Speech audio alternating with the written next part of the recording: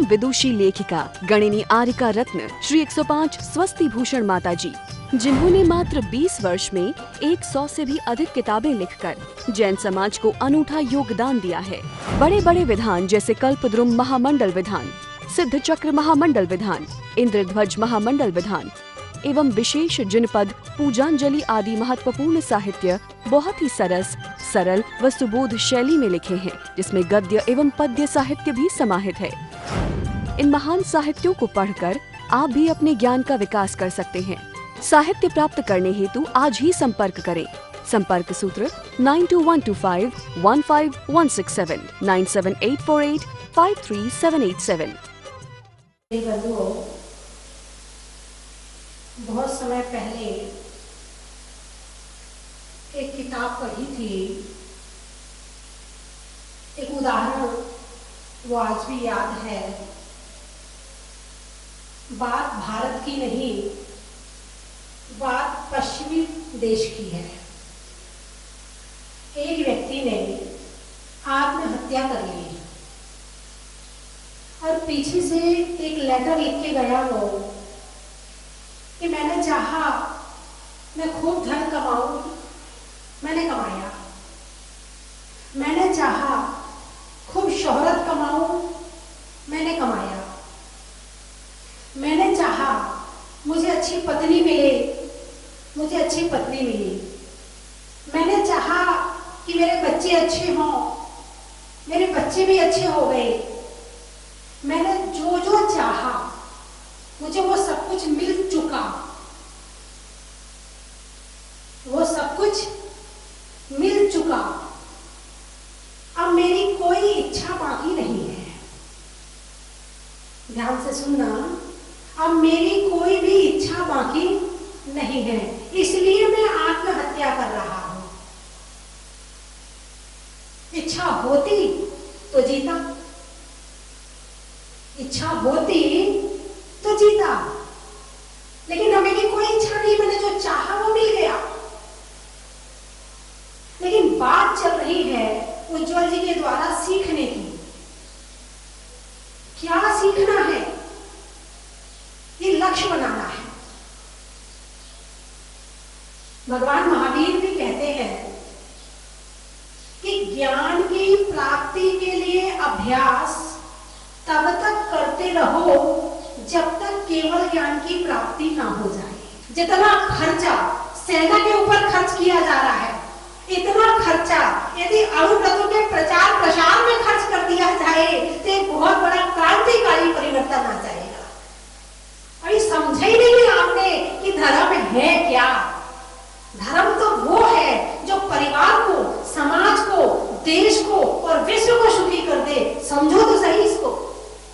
बीच में कुछ साधु हुए हैं जिन्होंने इसको विश्व लेवल पर पहुंचाने की कोशिश करी थी, लेकिन अब हर व्यक्ति के शरीर की एक आयु होती है, एक आयु होती है, उसे जाना पड़ता है, निकलना पड़ता है, दूसरे शरीर में जाना पड़ता है। अब वो दूसरे शरीर में कहाँ है, किस तरह है, स्वर्ग पहुंच गया, तुम्हारी चिंता खत्म। जब तक वो तुम्हारी चिंता कर रहा है तो समझ लो यदि उसने तुम्हारी चिंता करी है तो तुम भी उसकी बात मान लो। अब उज्जवल जी आपकी कितनी चिंता करते हैं, आपको कितना समझाते हैं, किस किस तरह से समझाते हैं, हर तरह से समझाते हैं कि अच्छे बनने की कोशिश करो। और वैसे आपकी बहुत तारीफ भी करी उन्होंने, ज्यादा छेद नहीं है, बस 2-4 बुराइयां हैं। आप तो इतने संस्कारित हैं, इतने संस्कारित हैं, यदि और लोगों को देखा जाए और आपको देखा जाए तो आप बहुत अच्छे लगेंगे। मंदिर में बैठे हैं, अभिषेक कर रहे हैं, कहीं तो आपके अंदर वो भावनाएं हैं कि दूसरों को कष्ट नहीं देना है, दूसरों को दुख नहीं देना है। तो ये सारी भावनाएं सीखने के लिए ही ये हमें जैन धर्म में आगे बढ़ने के लिए कहता है। यहां तक पहुंच गए, आगे बढ़ो, सीखते रहो, सारी जिंदगी सीखते रहो, शास्त्र जरूर पढ़ो, क्योंकि रास्ता जब भी निकलेगा भगवान की वाणी से ही निकलेगा। और मेरे ख्याल से आपने भी शास्त्र वगैरह तो पढ़े होंगे थोड़ा बहुत। देखो थोड़ा बहुत शास्त्र पढ़े हैं तो इतना अच्छा बोलते हैं, जब ये और शास्त्र पढ़ेंगे तो मुझे नहीं लगता है कि इनसे अच्छा कोई प्रवचन कर पाएगा। तो जैन धर्म एक अलौकिक धर्म है, अनादि अनिधन धर्म है। यानी धर्म की स्थापना नहीं होती है, धर्म वो है जो शाश्वत है, अविनाशी है, ना इसका जन्म होता है और ना ये समाप्त होता है। संप्रदाय है, जाति है, जन्म लेती है, एक समय में छीन भी हो जाती है, लेकिन धर्म ना कभी जन्म लेता है और ना कभी अंत को प्राप्त होता है, और वो है जैन धर्म। आत्मा मरती है क्या? बोलिए ना, कैसी है? अजर, अमर, अविनाशी है ना? कैसी है? अजर, अमर और अविनाशी है। ठीक है। जो जैन धर्म है वो शरीर का धर्म है कि आत्मा का धर्म है? जो आपने यहाँ अभिषेक किया तो आप कहते आहा, आज तो बड़े पुण्य का काम कर लिया हमने, तो ये पुण्य शरीर को लगा या आत्मा को लगा? क्या बात है, आप तो बड़े ज्ञानी बैठे, आपको तो ज्यादा प्रवचन सुनाने की जरूरत ही नहीं है। आत्मा का ज्ञान हो गया यानी सारा ज्ञान हो गया। ये आपको ये पता है जो पुण्य लगा है वो आत्मा को लगा है, जो पाप लगेगा, और इससे बड़ा ज्ञान क्या है दुनिया में? जैसा कर्म करेगा वैसा फल पाएगा, ये भी ज्ञान है ना आपको।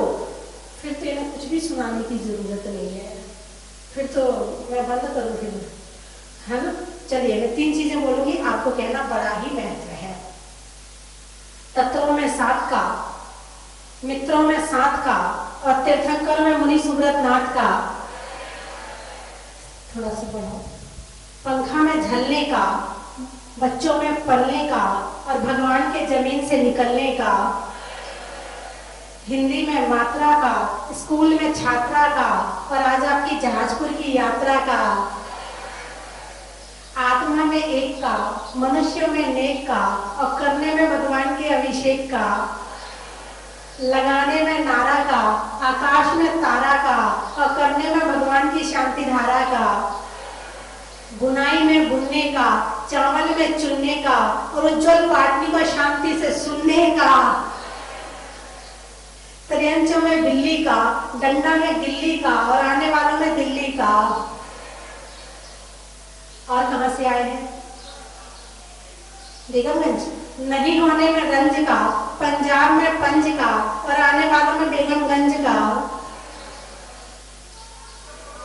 इंदौर। आम की गौर का, खाने में कौर का, और आने वालों में इंदौर का।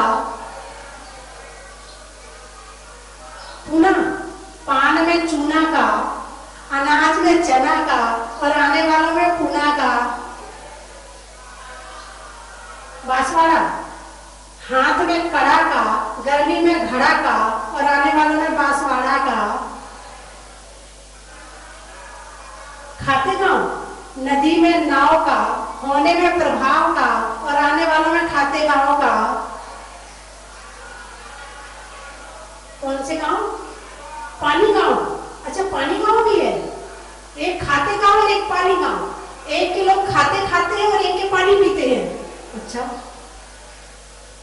वृक्ष की छांव का, शरीर में पांव का, और आने वालों में पानी गांव का। भोपाल। भोजन में दाल का, सिर पर काले बाल का, और आने वालों में भोपाल का। मेड़ता सिटी। ट्रेन में टीटी का, घर में बेटी का, और आने वालों में मेड़ता सिटी का।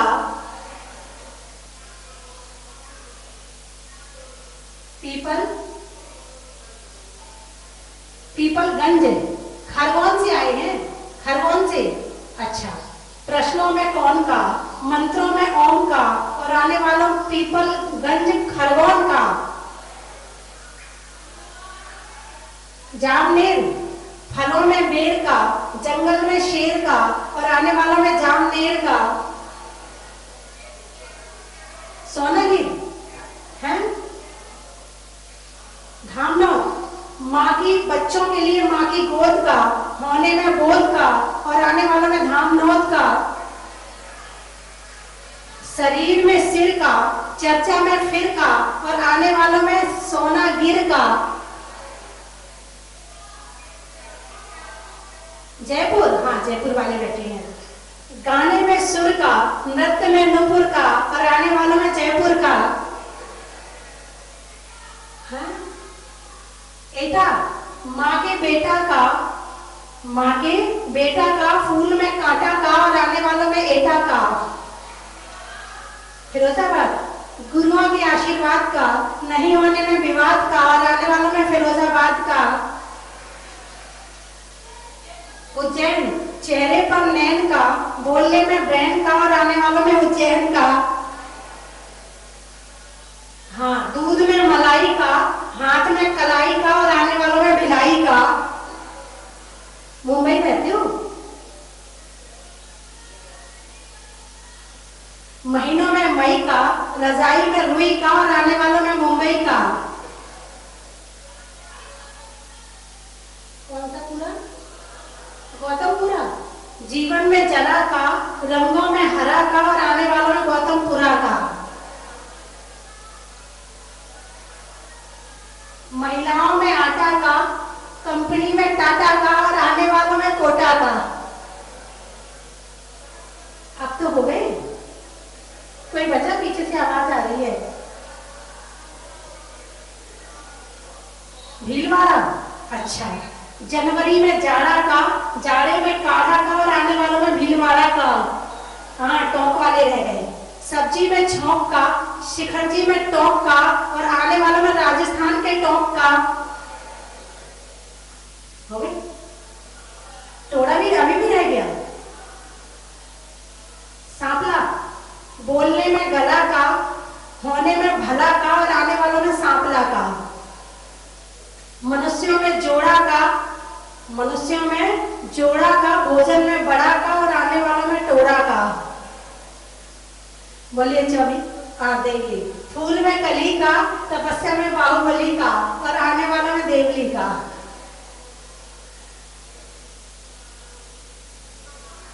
टोड़ा बोल दिया ना। चित्तौड़ा, चित्तौड़ा, अच्छा। दौड़ने में घोड़ा का, दौड़ने में घोड़ा का, और गर्मी में घड़ा का, और आने वालों में चित्तौड़ा का। सोनीपत वाले बैठे हैं, अच्छा। लिखने में खत का, मकान की छत का, और आने वालों में सोनीपत का। अच्छा। सुबह सुबह नल का, शरीर में बल का, और आने वालों में पारस सैंडल का। गर्मी में हवा का, बीमार में दवा का, और आने वालों में खंडवा का। बोलिए 24 भगवान की। श्री स्वस्ति भूषण माता जी के चरणों में शत शत नमन वंदन। समस्त गुरु मां संघ के चरणों में शत शत नमन वंदन। मैं सौभाग्यशाली हूं, मैं कल रात को वापस जा रहा था प्रोग्राम खत्म करके, लेकिन भगवान ने एक दिन और रोककर आज का अभिषेक देखने का फिर से मौका दिया। तो मैं सौभाग्यशाली हूं, और मैं वाइब्रेशंस में बहुत ज्यादा यकीन करता हूं। मतलब मैं उन्हीं इंसानों के भी संपर्क में रहता हूं जिनके वाइब्रेशन मुझे अच्छे लगते हैं। मतलब मैं हमारे घर में अक्सर कहता हूं कि कोई व्यक्ति आता है और उसके बाद मैं बोल देता हूं इससे मेरे को अगली बार कभी मत मिलाना। मैं कई लोगों को बोल देता हूं कि नेक्स्ट टाइम मैं नहीं मिलूंगा आपसे। मतलब थोड़ा खराब माना जाता हूं इस मामले में, क्योंकि मुझे लगता है कि जिसके आसपास रहने से हमारे भीतर नेगेटिविटी आती हो, जिसके आसपास रहने से पूरा दिन हम डाउन हो जाते हैं, वैसे लोगों का जीवन में क्या काम। भगवान ने जबरदस्ती क्लोज रिश्ता बना के भेज दिया हो, मजबूरी है तो अलग बात है, अदरवाइज जिनको अवॉइड कर सकते हैं उनको अवॉइड कर दिया जाए। तो यहाँ इस प्रतिमा जी की निश्रा में यहाँ पर मैं बैठा हूं, यहाँ खड़ा हूं, और मैं ये महसूस कर सकता हूं कि इस जगह पर एक्सट्रीम पावर है। मैं ये महसूस कर सकता हूं कि यहाँ पर बहुत, हमारे धर्म में तो उतनी मान्यताएं नहीं है, लेकिन फिर भी इस जगह पर बहुत देवी शक्ति और यहाँ पर बहुत पावरफुल है। और मैं नहीं जानता कि लोग ऐसा करते होंगे या नहीं, लेकिन बहुत लोगों की मन की कामना शायद यहाँ पूरी भी होती है, और नहीं तो थोड़ा ट्राई मार के अपने को देखना चाहिए। और कई बार कुपात्र और सुपात्र पे भी निर्भर करता है, तो कुपात्रों को तो भगवान में नहीं देता, वो बोलता है पहले थोड़ा सुपात्र बनो है, उसके बाद मिलेगा। तो मैं पूज्य माता जी को पुनः पुनः बहुत सारी बधाई देता हूं। मैं तो छोटा हूं, बधाई क्या दूं, लेकिन इतना सुंदर तीर्थ यहाँ पर बना है। और सबसे बड़ी चीज माता जी के भक्तजनों ने जो व्यवस्था की है, जैसे पारस चैनल है, तो रोज जो सवेरे सवेरे अभिषेक हो रहा है या शांति धारा हो रही है या जो प्रवचन हो रहे हैं वो लोग घरों में बैठकर देख रहे हैं। बल्कि बहुत सारे लोगों ने तो लॉकडाउन माता जी के भरोसे काटा होगा, लॉकडाउन में घर में धर्म जो बरकरार रहा होगा, और सुबह सुबह लोग घरों में उनके नाम से शांति धारा हो जाती है, उनके नाम से मंत्र पढ़े जाते हैं। ये एक अद्भुत असाधारण चीज है। मैं पुनः पुनः आप सबको, हम सब भाग्यशाली हैं, देखिए कि हम ऐसे युग में पैदा हुए कि हमको ऐसे गुरुओं का साथ है, इनका आशीर्वाद है। क्योंकि मैं तो उतना धर्म के बारे में नहीं जानता, इतना जरूर जानता हूं कि चाहे मेरी मैनेजमेंट की दृष्टि हो चाहे धर्म की दृष्टि हो, कमाल तो सारा मनुष्य जीवन में ही हो सकता है, और किसी जीवन में कमाल संभव हम ही एक ऐसे हम लोग कहते हैं एनिमल है, मनुष्य ही एक ऐसा जानवर है जो आने वाले सदियों की योजना बना सकता है, आने वाली जनरेशंस को कुछ चीजों का निर्माण करके दे सकता है, फ्यूचर को प्लान कर सकता है, सही सोच सकता है, 100, 200, 500, 1000, 2000 साल आगे की चीजों का सृजन कर सकता है। तो हम बहुत भाग्यशाली हैं। और कल मैं वो बात कह चुका हूं, क्योंकि माता जी का आदेश है 2-5 मिनट बात करूंगा। तो प्रश्न ये है कि हम अपना जीवन कैसे बिता रहे हैं, मतलब सबके सामने एक अहम सवाल है। हम लोगों के सामने जीवन बिताने के कई तरीके हो सकते हैं कि रोज सुबह उठे, वही काम करें, ऑफिस पहुंचे, उन्हीं लोगों की धुलाई करें। हमारे सबके कैरेक्टर भी फिक्स होते हैं, कितने लोग ऑफिस जाके डेली 2-4 की धुलाई करते हैं कि नहीं करते? आपके कैरेक्टर भी फिक्स होते हैं कि ऑफिस में जाके, व्यवसाय में जाके, वो डांट खाने वाले को पता है मैं डांट खाऊंगा इनसे, और डांटने वाले को पता है डांटेंगे। हम कौन सी बात पे गुस्सा होंगे, कौन सी बात पे खुश होंगे, दिन भर वैसे ही काटेंगे, शाम को सोफे के उसी कोने में बैठेंगे, वही वाला टीवी सीरियल या प्रोग्राम देखेंगे, रात को वैसे ही सो जाएंगे, और उसका क्या बोलेंगे, इस साल दिवाली कुछ जल्दी नहीं आ गई, इस साल नया साल कुछ जल्दी नहीं आ गया। क्योंकि 99% लोग, विश्वास कीजिए, सिर्फ कैलेंडर की जिंदगी जीते हैं। कैलेंडर फटा, डस्टबिन में गया, कैलेंडर फटा, डस्टबिन में। कई बार कड़वा बोलता हूं माता जी, एक लाइन बोलता हूं हमेशा कि 99% लोग इसलिए जिंदा है क्योंकि वो मरे नहीं है। मतलब इस बात की गहराई को समझना, वो जीवित है तो इसलिए वो जीवन को चला रहे हैं। हम अच्छा एक सवाल कल करना चाहता था, आज करता हूं। आप में से कितने लोगों के पास इंश्योरेंस पॉलिसी है? हाथ उठाइए, ईमानदारी से हाथ उठाइए। आपको भी पता होगा कितने लोगों के पास इंश्योरेंस है। कोई ना कोई इंश्योरेंस, बस एक ही महिला के पास है, बाकी के पास इंश्योरेंस नहीं है। सबका होगा तो हाथ उठाइए, अपना ही हाथ है पहले तो। इंश्योरेंस किसके किसके पास है? ठीक से उठाइए हाथ, ठीक से अपना ही हाथ है, ठीक से उठाइए। नहीं अरे इतना हाथ नहीं उठ रहा है, देखिए कहां है। यहां तो कोई एजेंट को आ जाना चाहिए उल्टा, ठीक है। तो इतने लोगों के पास इंश्योरेंस है। अच्छा कितने लोग, पुरुषों से पूछता हूं, आपको ज्यादा पता होता है, कितने लोगों के पास एक से ज्यादा पॉलिसी है? 2 पॉलिसी है, 3 पॉलिसी है, 4 पॉलिसी? हाथ उठाइए। मैं मान नहीं सकता इस बात को, इतने कम लोगों के हैं, कई पॉलिसी है। तो आप सोचिए, हम सब के पास मरने की योजना है।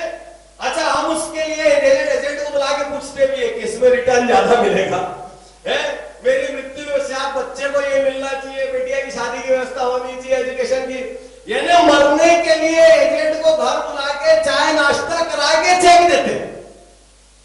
अब मेरा बहुत महत्वपूर्ण सवाल सबसे है, भाई जीने की योजना किसके पास है? क्योंकि जीने, मैं लोगों से पूछता हूं, मरने के लिए 10 योजनाएं, पॉलिसीज है, सब चीजों की व्यवस्था, बिल बनाते हैं, लेकिन भाई साहब जी गए तो जीते जी क्या करेंगे? 10 साल बाद क्या हासिल करेंगे, 20 साल बाद क्या हासिल करेंगे, 50 साल? दिक्कत ये है, लोगों के पास जीने की योजना नहीं। वो डेली उठते, जो समस्या आती है हल करते, जो अवसर मिलता है फायदा उठाते, वो वैसे जीते रहे। जिस दिन हम लोग लिख के जीने की योजना बनाएंगे, माता जी आपको बहुत इंटरेस्टिंग चीज बताता हूं। हम जब बड़े कारपोरेट में लेक्चर करते हैं, बड़े बड़े कंपनियों के मालिक रहते हैं, हम लोग उनसे कहते हैं आप ये समझिए कि आपका देहांत हो गया, आप समझिए आज ही आप, माता जी कल मेरे को बोला आज ही आप मोक्ष चले गए, ठीक है, देहांत नहीं हुआ, चलो मोक्ष चले गए। अब आप सोचिए अपने आप 12वें का प्रचलन होता है, 3वां 12वां 13वां, वहां पे स्पीच भी होता है, लोग जमा होते हैं। अब सोचिए कि आपकी सभा चल रही है, यहां पर कोई अजर अमर तो नहीं है, सब तो मरेंगे एक ना एक दिन, मोक्ष जाएंगे एक ना एक दिन। अब आप सोचिए आपकी श्रद्धांजलि चल रही है और लोग आपके बारे में क्या बोलेंगे। एक सोच के देखिए, क्या आपका बच्चा ऐसा बोलेगा कि मेरे पिता जैसे पिता इस दुनिया में हो ही नहीं सकते, वो मेरे रोल मॉडल थे, मैं उनके जैसा बनना चाहता हूं, या वो मन में सोचेगा अब शांति से काम करूंगा, बहुत बाधा हुई, अब बढ़िया से निर्णय ले पाऊंगा, बहुत चीज अटका के रखे है, संभव है, ठीक है। हो सकता है कोई सासू जाएगी, बहू बोलेगी अब जी पाऊंगी, नॉट श्योर, हर घर की कहानी होनी होगी। लेकिन क्या आपका समाज बोलेगा कि इस व्यक्ति के जाने से समाज को अपूर्णीय क्षति हुई? क्या आपकी कॉलोनी बोलेगी ये व्यक्ति जाने से हमारा कॉलोनी, हमारी कॉलोनी, हमारा अपार्टमेंट बिल्डिंग खाली हो गया? आपका परिवार कैसे याद करेगा, आपका समाज कैसे याद करेगा, आपकी सोसाइटी कैसे याद करेगी? आपके जो साथी आपके साथ काम करते हैं, आपके जूनियर है, आपके असिस्टेंट है, बोलेंगे हमारे बॉस जैसा मार्गदर्शक बॉस हो नहीं सकता। उनके यदि आप सबसे कह रहा हूं, माता जी हमें लोगों से लिख के करवाते हैं, उनको 3 घंटे का टाइम दिया जाता है, उनको अपनी श्रद्धांजलि खुद लिखनी होती है और सामने आके पढ़नी होती है। यदि आपको जीने की वजह ढूंढनी है, आप विश्वास कीजिए, आप एक दिन शांति से बैठिए और अपनी श्रद्धांजलि लिखिए कि मेरी श्रद्धांजलि में परिवार ये बोलना चाहिए, मेरी श्रद्धांजलि में समाज ये बोलना चाहिए, मेरी श्रद्धांजलि में जो बिजनेस में लोग मेरे साथ हैं वो ये बोलना चाहिए। जिस दिन आपने अपनी श्रद्धांजलि लिखी, और बहुत कठिन है, बोलना बहुत सरल है, बहुत मुश्किल जाती है उस कल्पना में जाके, क्योंकि जितने लोग व्यापार में आपको ये भी लिखना पड़ता है कि इनकी इतनी फैक्ट्रियां थी, इनके यहाँ इतने स्टाफ थे, इन्होंने अपने स्टाफ वेलफेयर के लिए ये काम किया, समाज में इन्होंने औषधालय बनाए, मंदिर बनाए, स्कूल बनाए, चैत्यालय बनाए, ये सब लिखना पड़ता है। तो जब आप श्रद्धांजलि लिखते हैं और जिस दिन आपकी श्रद्धांजलि तय हो जाती है, विश्वास कीजिए उस दिन आपके जीने की वजह बन जाती है, जीने की राह बन जाती है। क्योंकि मरना तय हो गया तो डेस्टिनेशन तय हो गया। लिफाफा कितना ही सुंदर क्यों ना, उसके अंदर कितना ही महंगा चेक चिट्ठी क्यों नहीं हो, यदि उस लिफाफे पे पता सही नहीं लिखा, वो लिफाफा कभी भी डिलीवर नहीं होगा। आप में कितना भी टैलेंट क्यों ना हो, आप कितना ही अद्भुत, प्रतिभाशाली, शक्तिशाली, डायनामिक, कुछ भी तोप क्यों ना हो, लेकिन यदि आपको यह नहीं पता कि मुझे कल कहां जाना है, आप कुछ नहीं कर पाए। दुनिया का सबसे शक्तिशाली विमान वो भी जब उड़ता है तो उसको पता होता है मेरे को लैंड कहां करना है, नहीं तो दुनिया का सबसे बड़ा विमान भी असीमित समय तक नहीं उड़ सकता, उसको भी लैंड करना होगा। हम कितने भी, भगवान ने हमको कितने ही अच्छे परिवार में पैदा किया हो, कितना ही सक्षम बनाया हो, कितना ही हमारा एजुकेशन हो, कितना ही माँ बाप का साथ हो, हमको ये नहीं पता कि ये सब साधन संसाधन का उपयोग किस लक्ष्य को पाने के लिए करना है, तो वो सारे साधन संसाधन बेकार हो जाए। तो आज आपसे यही कहना चाहता हूं, आप यहां पर इस पावन जगह पर बैठे हैं, अतिशयकारी जगह पर बैठे हैं, कोई बड़ा लक्ष्य लीजिए, कोई बड़ा सपना लीजिए। आप, मैं आपको बता रहा हूं कि मैं 10 साल डॉक्टर की प्रैक्टिस करता रहा, करने के बाद मुझे थोड़ा बोर फील होने लगा, मुझे लगा कुछ बड़ा करना चाहिए। एक कमरे में बैठे थे और कुछ मेडिकल में कुछ गलत सही चीजें आ गई है जो मुझसे बर्दाश्त नहीं होती थी, तो मैंने छोड़ने का निर्णय कर लिया, नहीं करूंगा। मैंने अपने असिस्टेंट डॉक्टर को हॉस्पिटल गिफ्ट किया और निकल गया। उसके बाद मैंने पुस्तकें लिखी। मैं बोला पुस्तक तो बोलती नहीं है, उसको तो खाली पढ़ना पड़ता है, तो अपने को स्पीकर बनना होगा। तो मैंने अगला लक्ष्य बनाया कि स्पीकर बनना, तो पब्लिक स्पीकिंग करने निकली। फिर बोले कि खाली ज्ञान देने से कुछ नहीं होगा, लोगों को समृद्धि भी देना पड़ेगा, तो बिजनेस कोचिंग करने निकले। फिर देश के सब बड़े बड़े घरानों को बिजनेस कोचिंग की। अभी पिछले साल मेरे पेट में फिर दर्द हो गया, मैंने बोला यार ये भी बहुत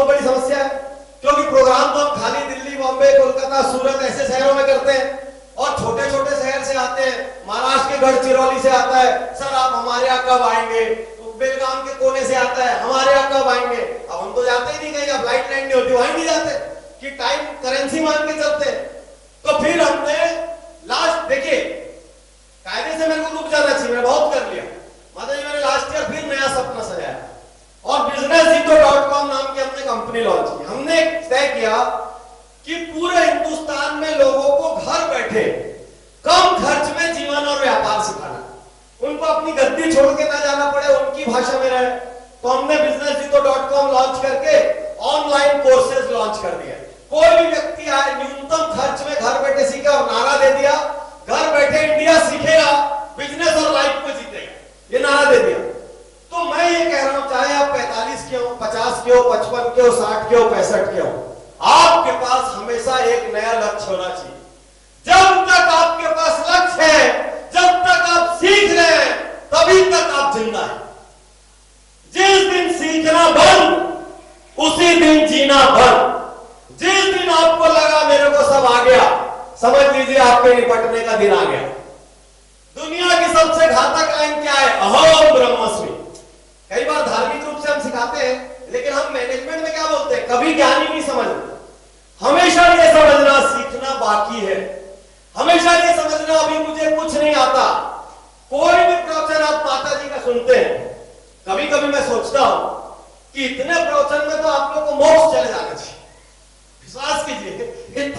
लेकिन सवाल ये है कि हम एक प्रवचन में से लेते क्या?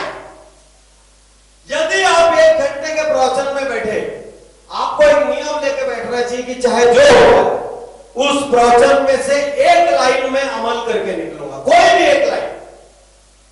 क्योंकि ये प्रवचन गाने नहीं है जिनको सुन के फील गुड महसूस किया जाए या नीचे निकल के बोला जाए वाह वाह माता जी कितना मीठा प्रवचन देती है। वो तो हमेशा मीठी रहेंगी। प्रश्न ये है आपके भीतर क्या बदला। नहीं तो 50-50 साल भी प्रवचन सुनते रहेंगे और यहां से घर जाएंगे, एक आदत में बदलाव नहीं आएगा। तो एक छोटा सा संकल्प आज यहां करो, कर पाएंगे? मैं तो काम ही मेरा आदत देना है लोगों को। तो जब माता जी का प्रवचन आप घर में बैठ के सुने, चाहे यहां सुने, प्रवचन के एंड में 2 मिनट के लिए और बैठो, प्रवचन खत्म हो जाने दो और 2 मिनट बैठो और एक चीज सोचो, आज के इस प्रवचन से मेरा टेक अवे पॉइंट क्या है? कौन सी एक लाइन है जिसको मैं आज लेके जा रहा हूं? यदि एक दिन में एक लाइन ले लिए, एक दिन में एक लाइन ले लिए, तो वो एक लाइन काफी है क्रांतिकारी। हम तो वैसे भी उतने बुरे नहीं है, 2-4 ही चीजें सही करनी है, हमारे में 2-4 ही छेद है बस, इससे ज्यादा है नहीं, तो यहां दिखते भी नहीं। यदि आप देखो प्रबल पुण्यशाली होकर के यहां बैठे हो, आपसे मेरा पुण्य कितना कमजोर था। मैं 1.5 साल से आना चाह रहा था, आ नहीं पा रहा, मेरा प्रोग्राम करवा जाता। जयपुर आके कितने प्रोग्राम करके लौट गया, जहाजपुर नहीं जमा। हो सकता है मेरी भावना प्रबल नहीं रही हो, लेकिन यह भी हो सकता है कि मेरा पुण्य भी प्रबल नहीं रहा। तो आपका पुण्य प्रबल है, आप यहां आके बैठे हैं। अब उस पुण्य को भी संकल्प की शक्ति चाहिए होती है। तो संकल्प की शक्ति में हर प्रवचन में जहां भी रहे, मैं आपको फिर बता रहा हूं, छोटा प्रवचन लंबा प्रवचन कुछ नहीं होता। माता जी ने 5 मिनट बोला कि 50 मिनट बोला, मैंने आज 10 मिनट बोला कि 2 घंटा बोला, कुछ नहीं होता। एक लाइन काफी है, एक लाइन काफी है जीवन बदलने के लिए। तो हर प्रवचन में से एक संकल्प, कोई एक लाइन स्वीकार करेंगे। दूसरी चीज, चाहे आप किसी भी परिस्थिति में आ जाओ, एक बड़ा लक्ष्य, क्योंकि जैन समाज को यदि हमको आगे ले जाना है तो हमको हमारे समाज में बहुत सारे अचीवर्स की जरूरत है। Financial achiever, political achiever, social achiever, literary writer achiever, हमको अचीवर्स की जरूरत है। समाज अपने आप में कुछ नहीं होता, समाज व्यक्तियों का समूह होता है। व्यक्ति जितने समृद्ध और जितने उच्च होते हैं, समाज उतना उच्च होता है। तो जैन समाज को यदि हमको नेक्स्ट लेवल पर लेकर जाना है तो हमको लोगों के भीतर उच्चता की जरूरत है। इसीलिए आज आपसे कह रहा हूं, कोई एक बड़ा लक्ष्य लीजिए और उस लक्ष्य के लिए डट जाइए। जितने ज्यादा समाज के अचीवर होंगे, समाज अपने आप राइज करेगा। और सेकंड चीज, हर प्रवचन में से कोई एक लाइन स्वीकार करना है। अब आप देखो, आज फिर पुण्य प्रबल है मेरा कि मैं जा रहा था, सुबह मेरी धर्मपत्नी के कुछ स्वास्थ्य गड़बड़ा गया, मैं 6 बजे निकलने का प्लान किया, रात का कैंसिल होने के बाद फिर अभी तक रुक गए। अभी हमने बोला चलो मंदिर का दर्शन कर लेते हैं। मंदिर का दर्शन हो गया तो माता जी के हाथ से आशीर्वाद आशीर्वाद भी मिल गया और फिर से आप लोगों से बात करने का मौका मिल गया, तो इसको कहते हैं पॉसिबिलिटी। ट्राई करने से सब कुछ होता है। तो दो बात अंत में फिर दोहरा के खत्म कर रहा हूं। बात एक, कोई भी हो, किसी भी उम्र का, किसी भी उम्र का हो, भले पोते पोती तक कमाने लग गए हो, नाती तक पहुंच गया मामला, पर पोते हो गए, सोने की सीढ़ी चढ़ गए हो, उसके बावजूद भी जब तक वहां से कॉल नहीं आता तब तक बड़ा लक्ष्य अपने पास होना चाहिए, जीने की वजह होनी चाहिए एक। और कोई भी प्रवचन ऐसा नहीं होना चाहिए जिसमें से एक संकल्प ना किया गया हो। इतना कहकर ज्यादा बोलिया, विराम लेता हूं और पुनः पुनः परम पूज्य आरिका गढ़नी माता जी के चरणों में सादर वंदन, सभी गुरुओं के चरणों में सादर वंदन, आप सभी को सादर जय जय। चाहे कितनी भी उम्र हो जाए, हमें जीवन जीने का एक लक्ष्य हमेशा रखना है और कुछ न कुछ सीखना है। और जब हम गुरुओं के प्रवचन को सुने तो एक लाइन अपने जीवन में हमेशा उतारने का प्रयत्न करें, कुछ सीखें और उसको अपने जीवन में अप्लाई करें। Thank you sir. चलो रे चलो रे चलो, चलो रे चलो रे चलो, चलो जहाजपुर। चलो रे चलो रे चलो, चलो रे चलो रे चलो, चलो जहाजपुर। पुकारे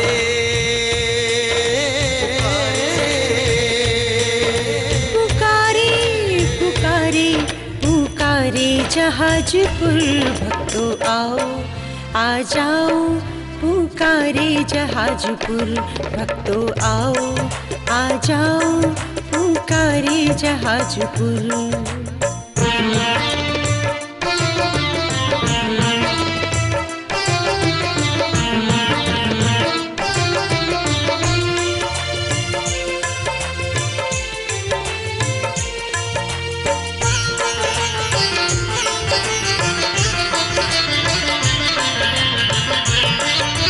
सूरज जैसा चमक रहा है स्वस्ति धाम का कण कण।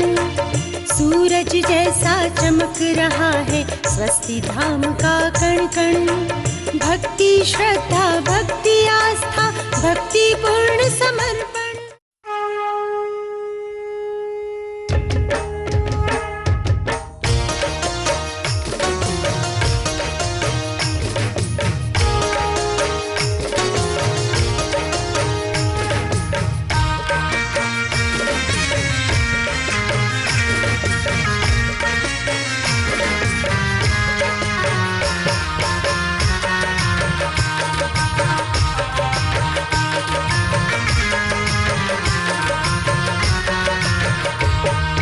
कंचन की थाल को सजाओ रे आज, रत्नों की थाल को भर लाओ रे आज।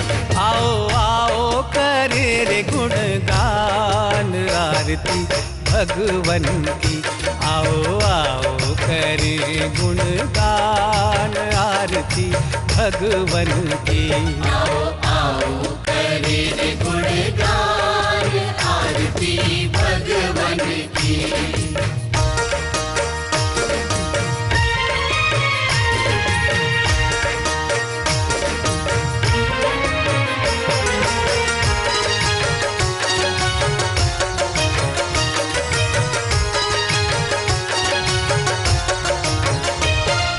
पिता सुमित्र के राज दुलारे, माँ पद्मा जी के नैनों के तारे। पिता सुमित्र के राज दुलारे, माँ पद्मा जी के नैनों के तारे। राजगृही में जन्म लियो आप, राजगृही में जन्म लियो आप। आओ आओ मनाए खुशी आज आरती भगवन की। आओ आओ करे गुणगान आरती भगवन की। आओ आओ करे गुणगान आरती भगवन की।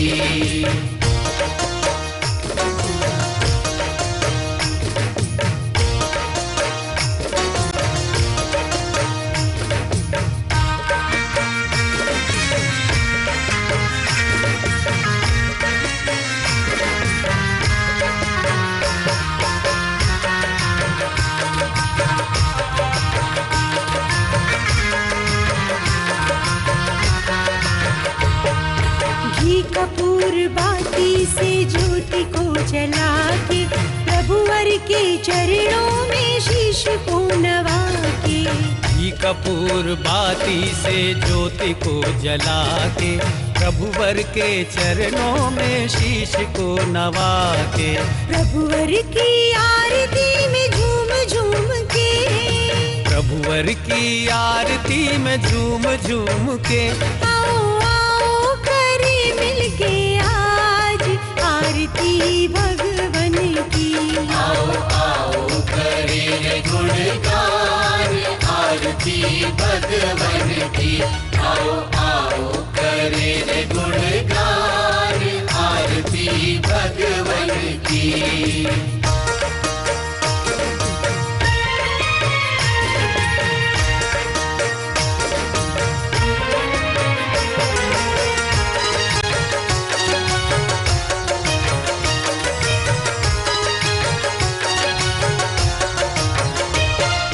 सूरज और चंदा जिनके द्वारे पे आते, सांझ और सवेरे जिनके लगते जयकारे। सूरज और चंदा जिनके द्वारे पे आते, सांझ और सवेरे जिनके लगते जयकारे। अतिशयकारी मेरे परम विदुषी लेखिका गणिनी आरिका रत्न श्री 105 स्वस्ति भूषण माता जी, जिन्होंने मात्र 20 वर्ष में 100 से भी अधिक किताबें लिखकर जैन समाज को अनूठा योगदान दिया है। बड़े बड़े विधान जैसे कल्पद्रुम महामंडल विधान, सिद्ध चक्र महामंडल विधान, इंद्रध्वज महामंडल विधान एवं विशेष जिनपद, पूजांजलि आदि महत्वपूर्ण साहित्य बहुत ही सरस, सरल व सुबोध शैली में लिखे हैं, जिसमें गद्य एवं पद्य साहित्य भी समाहित है। इन महान साहित्यों को पढ़कर आप भी अपने ज्ञान का विकास कर सकते हैं। साहित्य प्राप्त करने हेतु आज ही संपर्क करें। संपर्क सूत्र 9212515167, 97848533787।